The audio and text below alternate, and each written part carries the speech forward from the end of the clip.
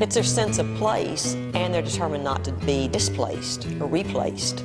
When you're a minority, one of the things that happens is the majority can tell you you're not really very valuable culturally because you are so different from the majority culture.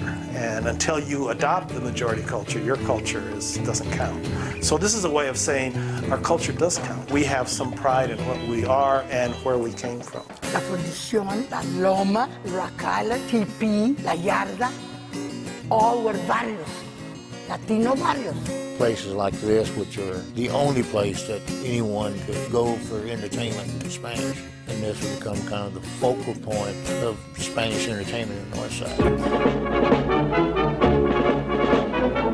And it was the heyday of Mexican cinema. It was exciting when they brought movie stars and mariachis from Mexico. Maria Felix, Delores del Rio, Jorge Negrete, Pedro Infante. On the west side of Maine, the whites lived, and on the east side, eran los mexicanos. It was racist. It was white on this side, Hispanic on this side. Who are they? You know, that's a big question because, in fact, they're not Mexican because they don't live in Mexico. As we became more Americanized, we lost more of our culture. The majority in the U.S. were telling them, well, you're not American either because your skin's too dark or you don't have perfect English or, you know, your hair is like this or, you speak with an accent or whatever. In the early 40s, during the war, the city council on its own just zoned everything out here heavy industrial, which means that the houses were all sitting on industrial property without asking the people. They just did it. A lot of drugs, druggy haven, I called it.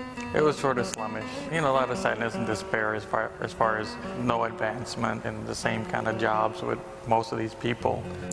Renovating the theater, bringing it back to life. Now we're being recognized by city leadership. Now, as the arts people in this city now know who we are. We're getting awards all the time. As we were trying to attract new companies to Fort Worth and Tarrant County, the people that we're looking at says, does everyone have a place in this community? You know, is everyone welcome? Yes, they are. Let me show you why. I don't think the kids would understand now what we had back then. Saturday night going to the movies, and we sort of lost touch of our past. The thing that they're focusing on is to provide an outlet for young students. We do a lot of off-site training in school plays that we take to schools, and we got a touring company. We built our own theater group. Not only how do we respect it, but not isolate it. How do we make the new that happens in Fort Worth reflect what the old was?